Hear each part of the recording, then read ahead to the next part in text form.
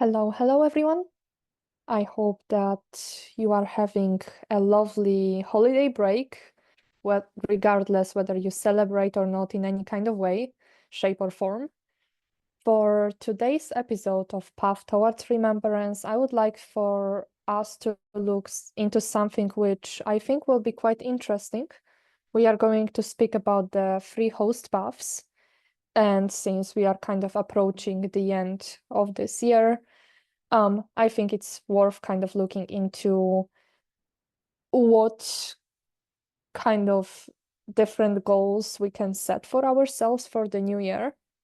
If any of you is having those strange things with the new year resolutions, which never work out, but I would say that this video should give you some, I would say, useful insights on how this process of transitioning from this planet is going to look like over the next few years.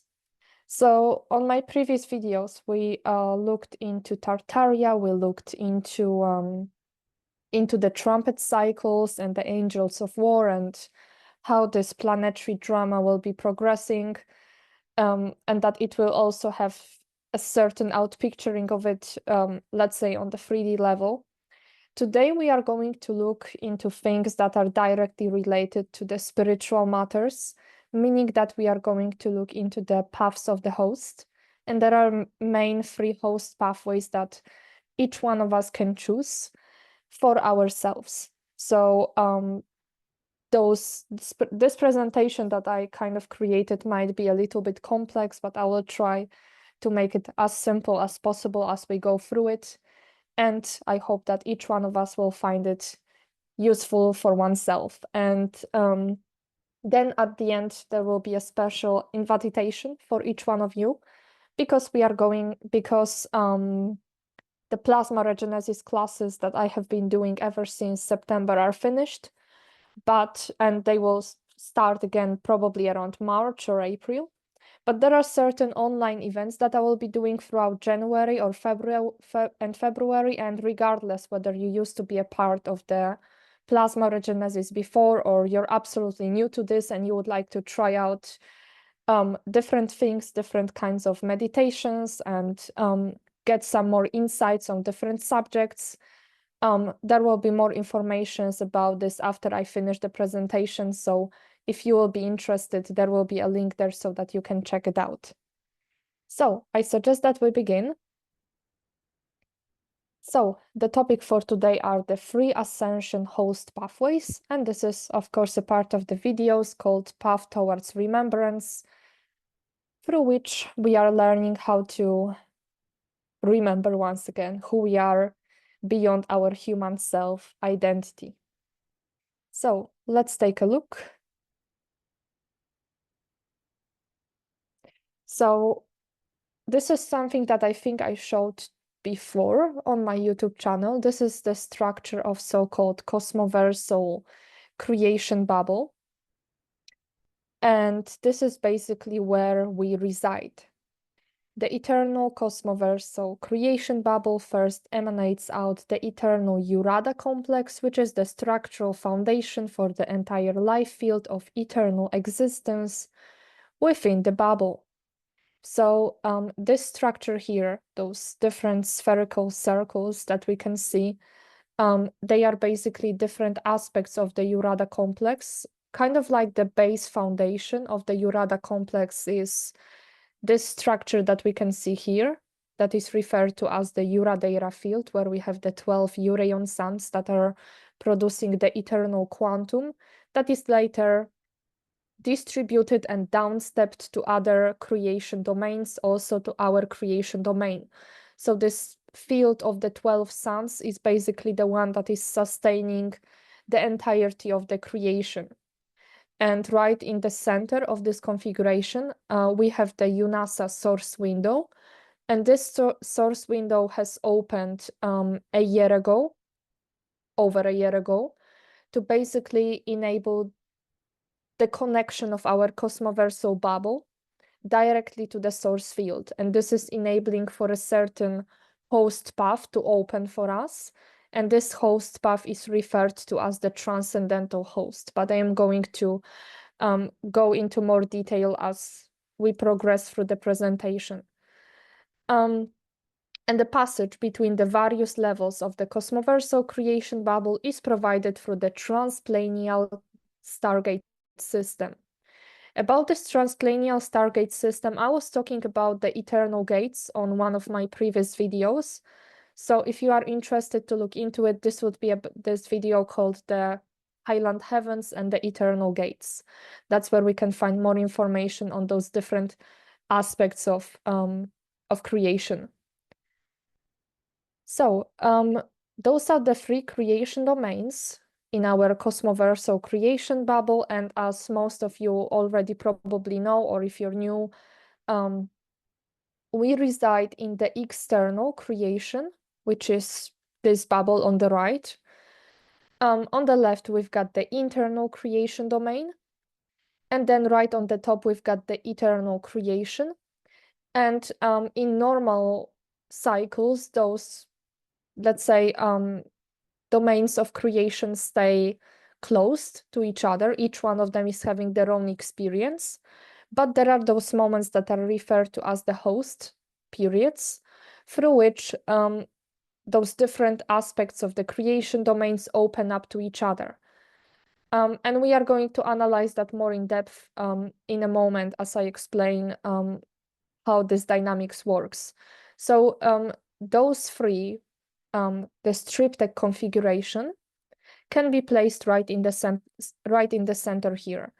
Even if I try to zoom in, probably you can see like a smaller version of it, and you can see that those 3 creation domains, even though those are very massive fields of creation, they are actually, you can see that this Urada complex is pretty much massive. So this field of the eternal creation is the one that is basically providing all the energy to the internal and external creation domains. So that's how it looks like, and we are receiving those eternal frequencies mainly through the bright flower gardens and the Highland Heavens, and also those 3 spatial media fields, which are like the fields in between the source field and the eternal creation. So I'm going to now just give more of an insight about the creation bubbles. So there are many creation bubbles like this, and we are located in one of them. And later those 8 creation, like I already said that what I wanted to say. So we've got those creation bubbles are basically grouping into 8. They are forming a certain structure that is referred to as the ephemerium. And this is basically like a certain aspect of the source body that is a part of a certain cycle through which the source is basically going through various experiences, getting to know itself better and better through us, because we are all the aspects of this one transcendental primordial source consciousness. So I'm gonna read it, and I will be kind of coming back and forth to those images because they are kind of like a key to understand those transcripts. So the God source field expresses itself through a complex fractal structure referred to as the eternal creation bubble. The purpose of the existence of the creation bubble is to enable constant self-discovery and self-development of the eternal nature of the source. The eternal creation bubble first emanates out the eternal Urada complex, which is the structural foundation for the entire life field of eternal existence within the bubble. Afterwards, the eternal matrix is birthed in the center of the Urada complex. The purpose of the existence of the Panakolera eternal matrix is to keep the eternal connection with the Urada complex and regulate the flow of the eternal creation spectral frequencies, referred to as the Urea frequencies. So this central bubble here, which is called the eternal matrix, is the first one that comes out. So those So there's like a small difference. We've got the Jura Lake Conservatory, which is the domain of the eternal creation. And then we've got the eternal matrix. That is almost like a small replica of this entire structure. And basically this structure of the eternal Panacoleira matrix is formed right in the center. And the eternal matrix of Panacoleira gives birth to the internal Panacoleta and the external Panclera creation matrices. So once this one is birthed, the eternal matrix, it's giving birth to the internal and external matrices. Downstepping of the eternal frequencies and their polarization into internal plasma and the external light spectra ensures diversity in the creation field and a possibility for further individuation and self-expression by various life forms, all originating from the one source field. The free creation domains of the external, internal, and eternal go through periodic cycles of quantum exchange between the one source field and themselves. Such exchange allows for the old creation wave to come back to the source field for review of its experience, while at the same time the new creation wave goes out, providing new possibilities for expanded learning and mutual co-creation. So the entire field of existence takes place within those domains of creation and also in the within the Jura Lake Conservatory area. And this is where we are basically going through a set of different experiential cycles, and we go through different lessons, kind of like evolving back to that source consciousness in order to bring in as much of the lessons back to the source field as possible. So that's kind of how it works when it comes to the structure of our cosmoversal creation bubble. So technically, what is referred to as ascension, if we are supposed to define ascension, because there's a lot of different distortions around that term, like what is ascension on the first place, and it's definitely not like transitioning your body and just stepping into 5D. That's definitely not the case. So what is referred to as ascension is a process of progressive upstepping of the frequency in order to once again fully reunite with the eternal transcendental source consciousness. So that means that let's for a moment assume that we are a fresh soul that comes out through the source window, externalizes through one of the 12 Uraeon suns, goes through some cycles within the Jura Lake Conservatory, and then chooses to express itself within one of the three creation domains. And so first, it's having its own eternal Urea body, then it's going down into the internal creation where it downsteps into the plasma body, and then finally it goes to the external, expressing itself as the light in form of the light body structure.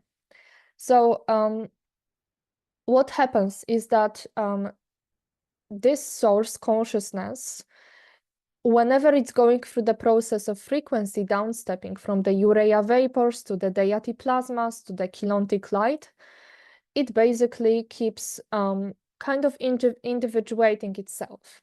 So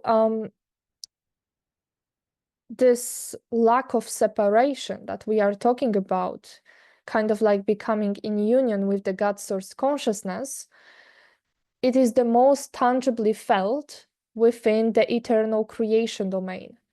Then you feel it, but a little bit less in the internal creation. And then the external creation, that's why many of us don't remember about that eternal connection with the source on the first place, because it's very easy to lose it in the external creation domain.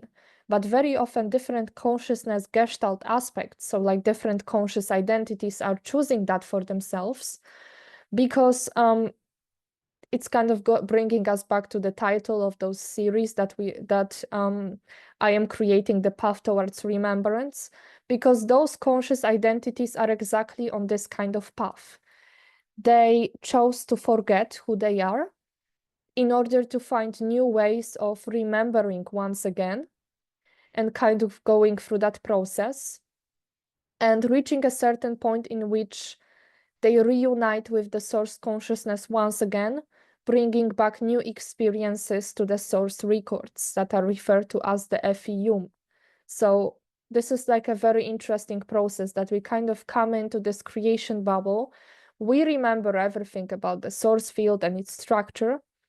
And then as we progressively go into those different domains of creation, especially the internal and the external creation, there are a lot of traps out here, at least in our cosmoversal creation bubble. And then it basically creates a situation where we have to retrieve different aspects of our quantum from different places. And this is what this process of ascension is about. In order to be able to successfully ascend out of this, let's say, time matrix and beyond it, like in order to, let's say, ascend from the external to the internal to the eternal creation domain, it's about something that is referred to as the eternal self-integration. And before I get to the eternal self-integration, let's look at those different levels of the higher, authentic, eternal, and the core self. So we often say higher self. We often say like my different aspects, my Andromedan, my Arcturian self. So what does that really mean? So your higher self might be on the 4D, 5D, 6D, 7D, etc., etc., etc. level. It is any of our identity from higher dimensions, and it may be fallen due to the higher dimensional distortions. So that means that, as we should already know, especially when I was explaining this in one of the videos called The Origins of Fall, right now, or even when we look at the dynamic of the trumpets, we've got a lot of different distortions on different dimensional planes. So it's not just our third dimension that is kind of like left behind. Many other dimensional planes suffer from similar distortions to ours, or even worse. And so if we've got aspects of ourselves in other dimensions, and we do because we have the structure of the 12-dimensional light body, then what happens is that you might end up in a way being hijacked on other dimensional planes. And then those aspects are kind of starting to project to you, trying to destroy your experience here. So the higher self might be helpful, but it might also be deceiving. So it's always worth reviewing. If you have an aspect of yourself as an Arcturian or Pleiadian, you have to see if it doesn't carry any kind of distortions that you might be affected with. Then we have the authentic self, which is an organic part of your eternal self identity. It knows itself as an eternal being that is a conscious creator, a part of your larger cosmic Christ star identity. So your authentic self, explaining it in more of a technical perspective, is your internal deity self, meaning that if you have your eternal self, which is in the eternal creation, obviously, then your identity, your fully ascended identity from the internal creation planes, is referred to as the deity authentic self. And then once you downstep into the external creation, you have those different levels of the higher selves, which are also referred to, like their highest form is referred to as the Messianic identity. So the highest level of, like, let's say, the selves within the cosmoversal creation bubble is referred to as the eternal self. It is basically, it's as if you took all of your cosmic identities into one. So like all of your identities from the external creation, internal creation, and eternal creation All of them are referred to as the eternal self. And then we have our core self, which is our source self, a part of our quantum that we have left within the source field domain before we actually went to experience within the fields of the cosmoversal creation bubble. So what is ascension in itself is that it's about the eternal self-integration, meaning that you express yourself into all of those different forms. Like we have different incarnations, then we have those different probable selves. And then I was explaining all that mechanics on the plasma regenesis classes, where you have different dimensional aspects of your identity. And like all of them are pretty much, all of those aspects, let's say, are kind of separated. But when the right time comes, when you want to finally go through the process of ascension, you need to bring all of those aspects together. And the way you do it is through the process of the eternal self-integration, meaning that you retrieve those aspects and you bring them into the common center point. And that's what this process of ascension is in itself.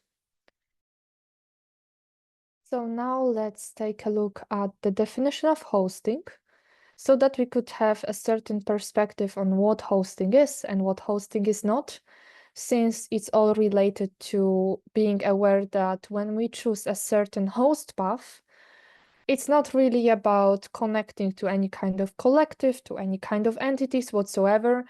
It's basically about it's a certain procedure that is enabling us to re-establish a connection to the personal source point. So let's take a look. Hosting is a very specific procedure that involves creating an energy quantum interface for any conscious forms of life, from plants, animals to planets, galaxies, or even universes, in very special circumstances in which a conscious life form lost its connection to the personal source point and is in danger of reaching the quantum depletion point, which may end up in the space dust return. So that means that hosting is a certain remedy for those systems or those conscious forms of life that that basically lost a connection to their source point. So that's why they are not able to sustain their eternal bodies. They are basically starting to become finite. They start to self-deplete themselves because they don't have the quantum anymore. They don't have any kind of connection to this transcendental primordial consciousness. And that's why their consciousness progressively starts to get degenerated. So in order to prevent that, and in order to, let's say, guarantee this potential of the eternal life to everyone, hosting is a certain option for those that would like to take it. And it's not a connection, once again, it's not a connection to any entities or collectives. It's basically more like an assistance from a certain energy field that keeps a connection to the source. And through this energy field, we are restoring that connection in order to avoid the quantum depletion point and to restore our personal connection to the source point. So that's kind of how we can interpret what the hosting really means. So the process of hosting is very rare and it occurs only on very rare occasions, such as the entire cosmoverse or cosmos has reached over 30% of the dark flowering affliction or over 60% of the Metatronic code reversal. So that means that those severe distortions in the external or internal manifestation templates, if they have gone so far, then most of the beings are not able to maintain a connection to their personal source point because the entire environment is basically starting to get reversed. So the best remedy is a certain type of a host. The second condition, and by the way, those 30% of the dark flowering affliction, this is basically something that was reached in case of our cosmoversal creation bubble. So that's why we are having a host that is taking place on a cosmoversal scale, because we are basically restoring the entirety of the cosmoversal creation bubble back to the source field. The second condition, and it's kind of like just the 30% of the dark flowering affliction is enough, but there are also different circumstances through which the hosting can take place. So the second one is an eternal soul that originates directly from the highland heavens of the Jura Lake Conservatory is in danger of reaching the quantum depletion point due to its mission, which usually involves hosting other souls or larger collectives. Its safety needs to be guaranteed. So a very special type of souls, and these are not always the indigo children, sometimes there are, but the eternal souls are the ones that have like a very massive template, and they originate from the eternal creation domain, and sometimes they choose to incarnate directly into the internal or external creation in order to assist with the entire ascension transitioning process.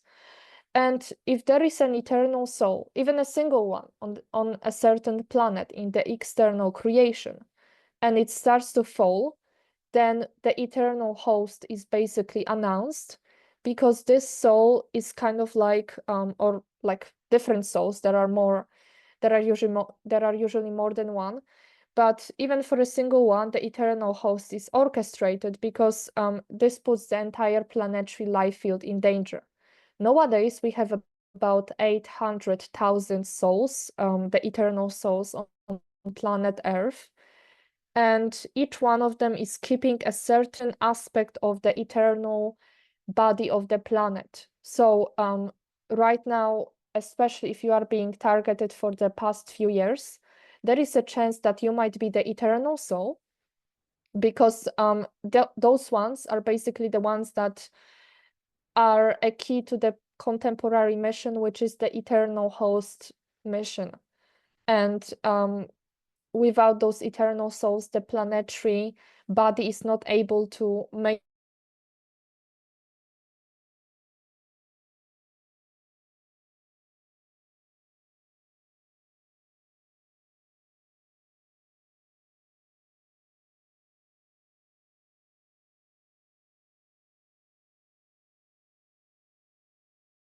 noble Nomi planet is in danger of reaching the quantum depletion point. Its safety is essential for maintaining the integrity of the entire cosmoverse. So our planet Earth is actually a noble Nomi planet, meaning that it directly holds a connection to the eternal creation domain through the eternal Stargate system. I think I was talking about it on some of my previous videos. So if such a planet like our planet Earth was about to fall, then I would say that the entire galaxy and all the neighboring galaxies would be also in danger of falling, because of the fact that in order for the eternal host to happen, the eternal gates need to activate. There needs to be a certain interface that will enable the energy exchange between the eternal and the external creation, and also the internal, which is kind of like a medium in between. So this is also like one of the conditions that would enable the process of hosting. And the fourth one, the entire soul collectives, the eternal soul collectives that originate from the highland heavens of the Jura Lake Conservatory and suffer from over 60% dark flowering. So if those eternal souls are highly reversed, then there also needs to be a certain remedy for them, and that is usually the host. So right now we've got the three main host pathways. So I'm going to go through each one of them, and I suppose this will give us an idea what kind of host paths are available for each one of us. So the free host paths give the opportunity to every conscious identity to freely decide about its own evolutionary journey and to finalize its experience within the cosmoversal creation bubble during the UNASA source creation cycle. These free host paths are the internal host, the eternal host, and the transcendental host. Each one of the three host paths takes place simultaneously, allowing for the progressive adaptation of the personal time wave templates and the external, internal, eternal anatomy to the chosen rhythms. Through reclamation of the three gifts of the source, a conscious identity chooses a path most suitable for its own evolution. So in this label here, we can see those different types of the host. And we can basically notice that each one of those hosts has a different duration. So something to be aware of when we speak about the three hosts is that those waves, those time waves of the host paths, they are running simultaneously. So they run at the same time. And depending on the path that you align yourself with, you will be following that path. So if you follow the internal host, it will last 1,200 years. And it doesn't mean you will stay on planet Earth for this period of time. You might be somewhere else, but within those next 1,200 years, at least measured by the Earth time, this planet will basically ascend to the eternal creation domains. If you follow the eternal host, this will be 900 years. And then we have the transcendental host, which is the shortest. It's only 200 years. And it's almost like you're kind of doing 1,200 years within 200. I hope that makes sense. So they are running at the same time, and you feel them depending on the time wave that you are aligning yourself with. So if you experience the time just running like crazy these days, that's because you're probably aligning your body rhythms with those new time waves. So I will go through each one of those different host types, and I will explain how they work and what kind of activations are also required in order to find yourself in those different places. So the internal host is basically a transition to the internal deity planes. It is 1,200 years long. The eternal self-embodiment level that is required is 8%. And it might seem like it's very little, but it's actually a lot if we look at the fact that our eternal self is basically all of our aspects.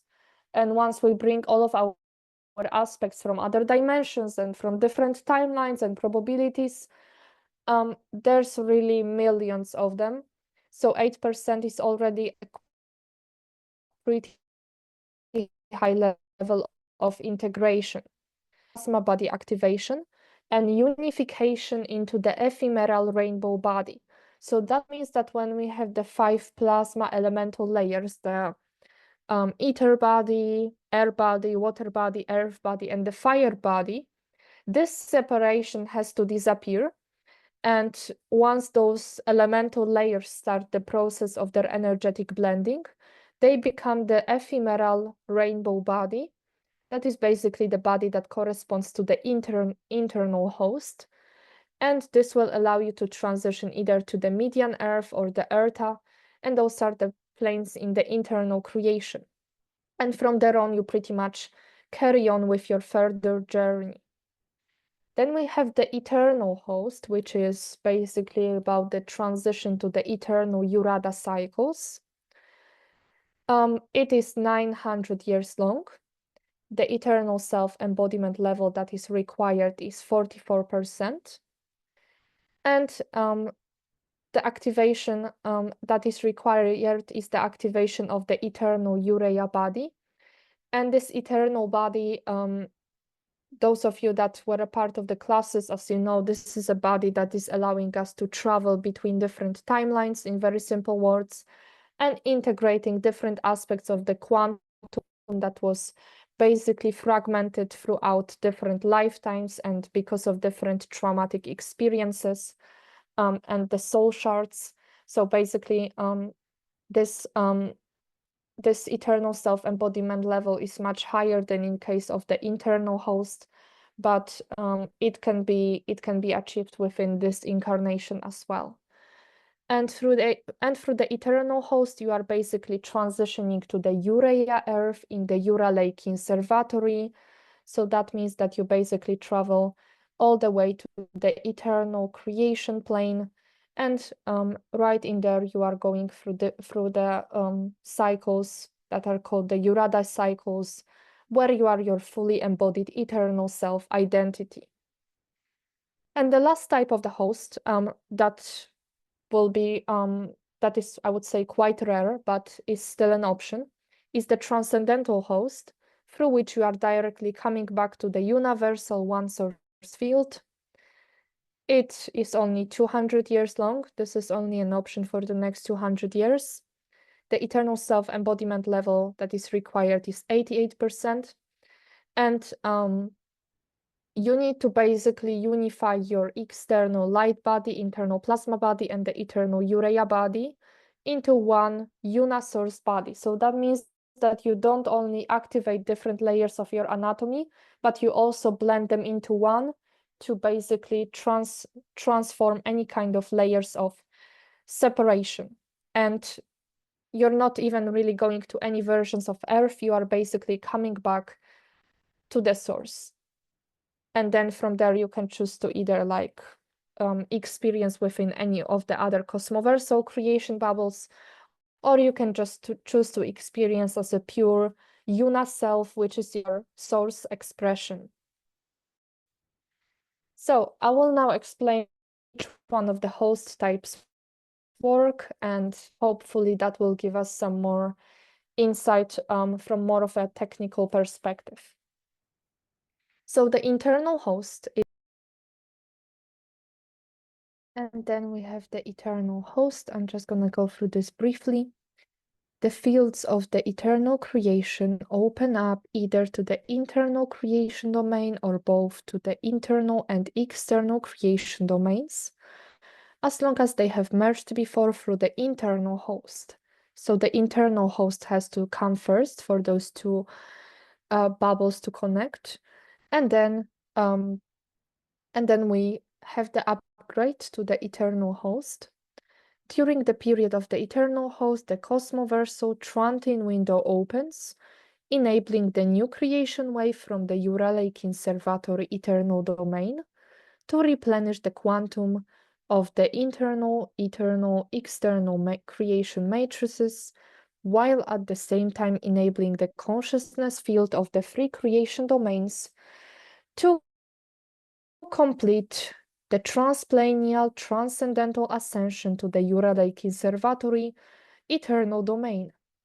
This intrinsic process also allows for transfiguration of the external light body anatomy or the internal plasma body anatomy into the eternal urea body, which is indelible, irreversible, and is the expression of one's eternal self primordial identity.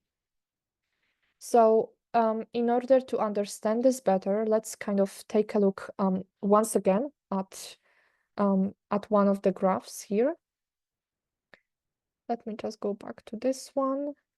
So during the eternal host, the cosmoversal Trantin window opens, which is right here.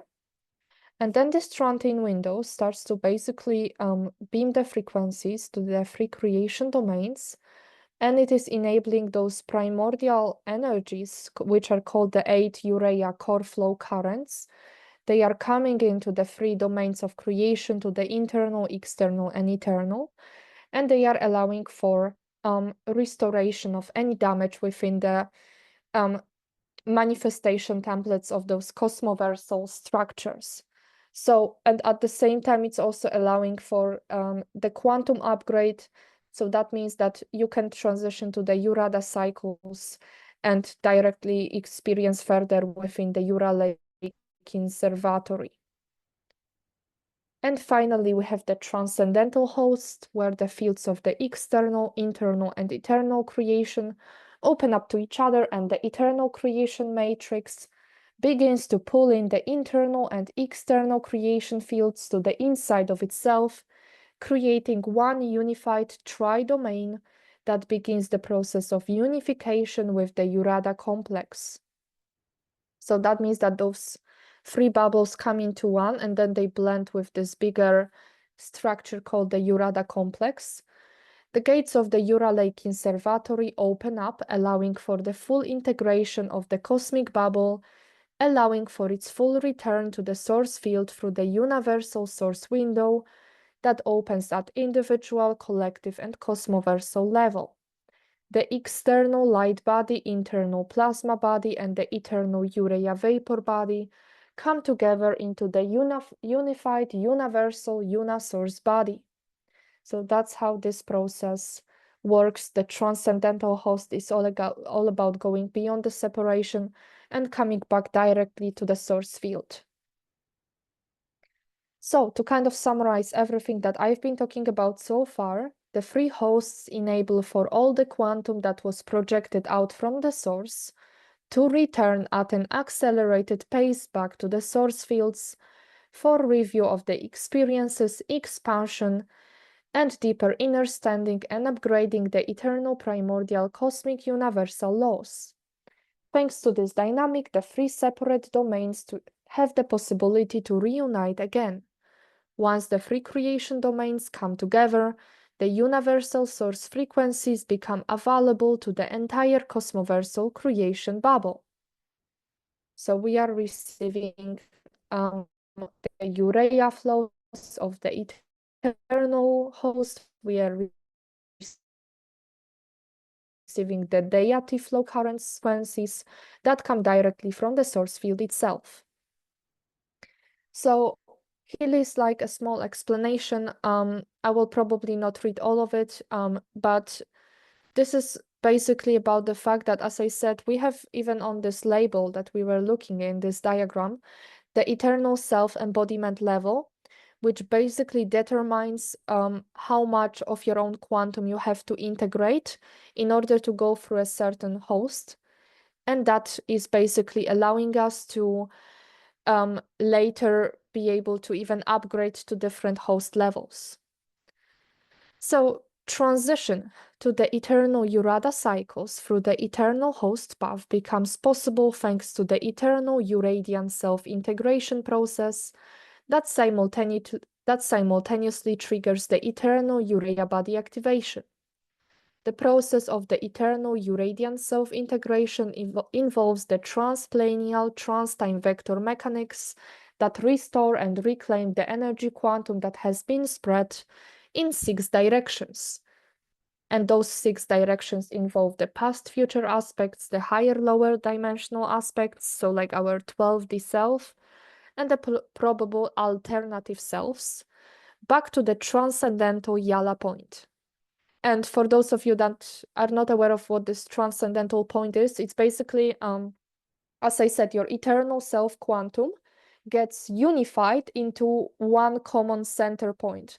And this common center point is referred to as the Yala point, or you can call it whatever you want. You can also call it your source point or the transcendental point or the Yala point. But this point is basically located between chakra 3 and 4 of our bodies. In the mechanics of the Urea body anatomy, it is also known as the Ura point. So once again, you can call it whatever you want, let's say your source point. So each one of us has our source point that is basically through the eternal body activation. We are magnetizing back all of our aspects, and this is all a part of the eternal self-integration process. Thanks to this process, a conscious identity learns or remembers more about its multi-layered identity and activates its eternal Urea body template that is collectively held by all of its aspects from the 6 directions. Progressive Urea vapor body activation enables the transfiguration of the external internal quantum and readjustment of the personal time waves to the rhythms of the transcendental eternal host and the eternal Urada cycles. So basically, through this eternal self-integration, we are also able to directly manifest those different host paths for ourselves. And those host paths are providing us the quantum from the eternal and internal and the transcendental domains. so that we could activate the right body structures that enable us to integrate our bodies much quicker, or more like to integrate our energy quantum much quicker than we would without it. So I also mentioned the Urea Earth, and I just would like us to have like a certain idea of what Urea Earth is and why is it so precious for our evolution, because it's almost like when we speak about different levels of Earth, we've got the inner Earth, the median Earth, Araya Earth. There's so many versions of Earth, but when we think about the highest, that would be the Urea Earth. And we can even see on this image, this is like a certain image that I designed, where we can see that it's almost like a planet that is always keeping this eternal connection to its source point. So our Urea Earth represents the eternal Uranian self-identity of planet Earth that resides in the Uralic Conservatory eternal domain. It is the highest version of the planet in the entire cosmoversal creation bubble. The organic primordial version of the Usetro angelic human has been created there and served as a core blueprint for all other seedings of the angelic humans in various aspects of Earth in the external internal creation. Our planet Earth in the external creation plane, thanks to the eternal host activation, directly interfaces with the eternal Urea Earth through the 8 bright flower gardens, which are the eternal gates. Throughout the 900 years of the eternal host, the planet Earth and Urea Earth will blend their time vibrational templates to progressively enable the atomic transfiguration and rebirth of planet Earth as fully embodied Urea eternal Earth. So it's as if our planet will become Urea Earth within those 900 years, and we are going to either go there with the planet or transition there directly. So that's how it works. And as I mentioned here, like this primordial version of our angelic human that we are, the angelic human race that right now resides on the planet Earth in external creation, its primordial blueprint has always been held on Urea Earth. So it's a very special place for all of us. And the eternal souls that are right now on this planet have aspects of themselves directly on Urea Earth. And one more interesting thing before we get to a larger document that is called the stages of the transcendental host, are so-called portals of the eternal transcendence. So I'm going to just briefly explain what they are, but this is something that we will speak about more in the upcoming videos. So the portals of the eternal transcendence, also referred to as the portals of the north and south, are the organic ascension portals through which souls from all over the entire cosmoverse embody on the planet and ascend out of it. These portals are located on the actual south and north pole of the planet, and they used to be functional only partially during seeding 1 and in the beginning of seeding 3 of the angelic human race. Activation of the eternal portals of transcendence triggers the aurora borealis effect physically visible in various parts of the globe. So those 2 portals, and they are actually located on the physical north and the south pole of the planet. The only difference is that we had a pole shift about 11,000 years ago, and now the portal that used to be on the north is actually on the south, and the portal that was on the south right now is on the north. And I think I mentioned this when we spoke about the incarnational cycles, that there is this specific organic way of entering to this planet that is not active anymore, but it's getting activated through those portals of the eternal transcendence, through which the souls organically come into existence through the south pole, through the portal on the south. So this is an organic way of entering into incarnational cycles on the planet. And then through the portal, which is located on the North Pole, the souls ascend out. So this is how it works. And those portals of the eternal transcendence, because of the transcendental host, they are being reactivated in order to enable the eternal souls to directly incarnate on this planet to support it over the course of the next 900 years. This is basically the dynamic behind it. So the last document before we finish is basically the stages of the transcendental host. And this is almost like a summary of how this transcendental host came to place. So I'm just going to read it briefly. It's almost like a summary of the things that I am elaborating more on the plasma regenesis classes, but I think it will give all of us an idea what kind of terms and what kind of activations apply to which type of the host, since we are kind of going through 3 different pathways at the same time, and then we are choosing the one that we are aligning with the most.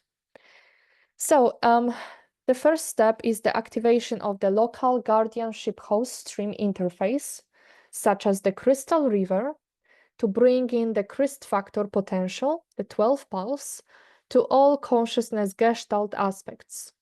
So there are actually many crystal rivers. We could say there are many local host streams through which we can receive assistance. For example, like the local host interface is the Andromeda galaxy, which is assisting the Milky Way with kind of like unification with Andromeda.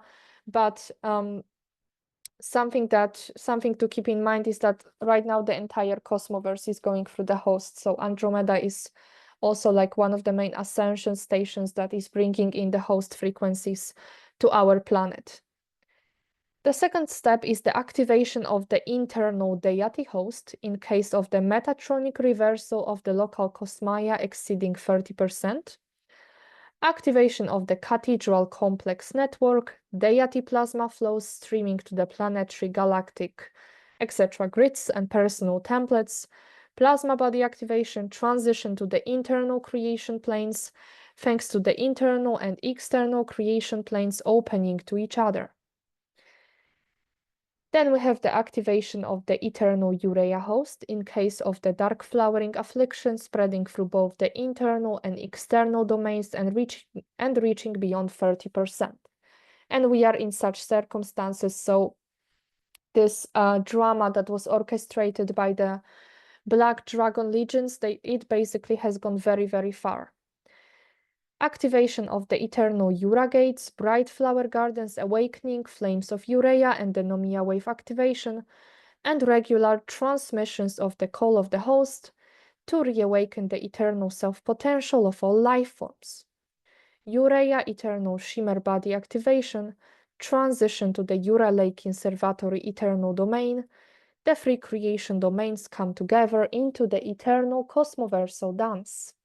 So as I said previously, it's basically this interaction between the 3 domains of creation that basically allows for the stream of the core 8 urea flows to come and to start healing the manifestation templates that have been damaged, and to also enable the rapid ascension into the eternal creation domains. Then we have the call of Aya that activates the transcendental host. And the call of Aya is one of the call of the host. The call of the host, this is something that I was explaining in one of the videos that I think I recorded last spring. So I would recommend each one of you to check it out because we are coming close to another call of the host. Anyway, we've got the call of Aya that activates the transcendental host in case of the severe abuse of cosmic laws, critical dark flowering affliction, and the quantum depletion of the Cosmaya dominions, that puts the entire life field in danger of space dusting. So that was the danger, that the entire creation bubble would just go space dust. Call of Aya is usually sent out by the eternal Nomia councils or the transcendental Yuna councils directly to the source consciousness.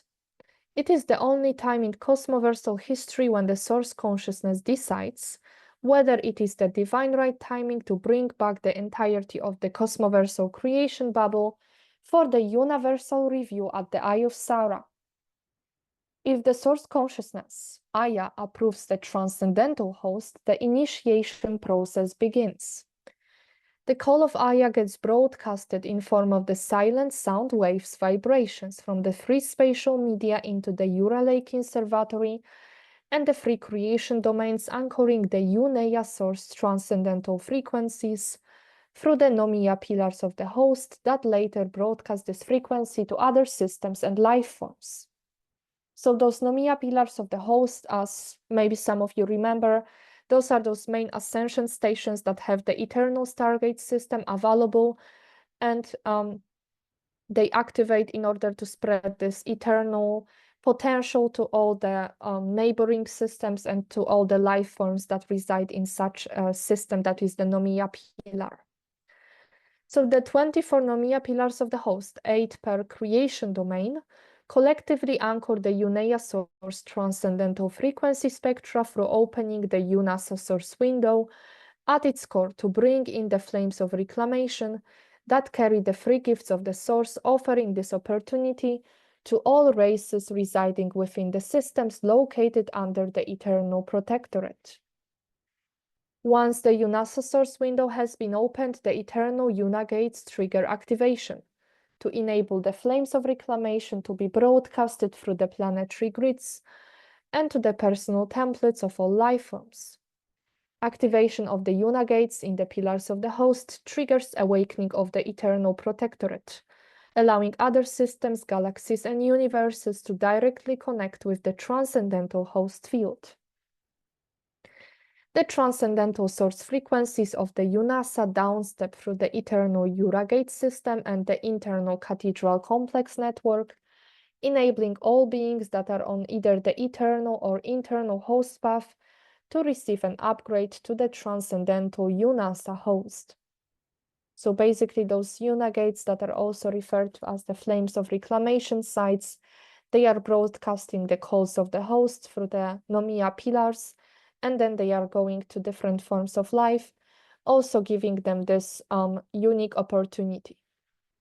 Progressive embodiment of the transcendental Unea frequencies allows for the gradual energetic blending of the eternal Urea body, internal plasma body, and external light body into one Una transcendental source body. So this is when this energetic blending that I mentioned before occurs. Over the course of the next 200 years, the entire cosmoversal creation bubble returns to the God Source Aya field through accelerated upstepping of quantum from the external, internal, and eternal units into the pure Aya consciousness units of silent vibration, which are the pure Unea frequencies.